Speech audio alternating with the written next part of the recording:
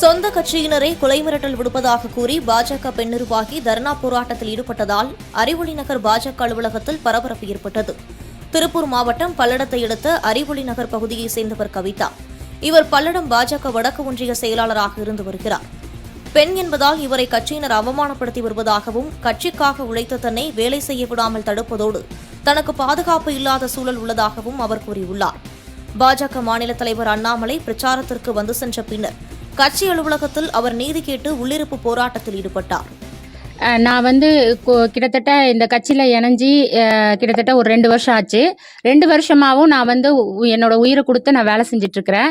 இங்கே உள்ள என்னோட கட்சிக்காரர்களை சக ஆளுங்கள் என்னை வேலை செய்ய விடாமலும் அடிக்கடி என்னை தாக்குதல் முயற்சி பண்ணி என்னை கொலை மிரட்டல் விடுற மாதிரி என்னை பண்ணிகிட்ருக்குறாங்க. இது என்னால் எனக்கு ஒரு பாதுகாப்பு இல்லாமல் இருக்குது. கட்சி மேலிடத்துல நான் சொல்லலான்னு சொன்னால் எலெக்ஷன் வரைக்கும் எந்த இதுவும் பேச வேண்டாம் அப்படி சொல்றாங்க. இதனால எனக்கு ஒரு பாதுகாப்பு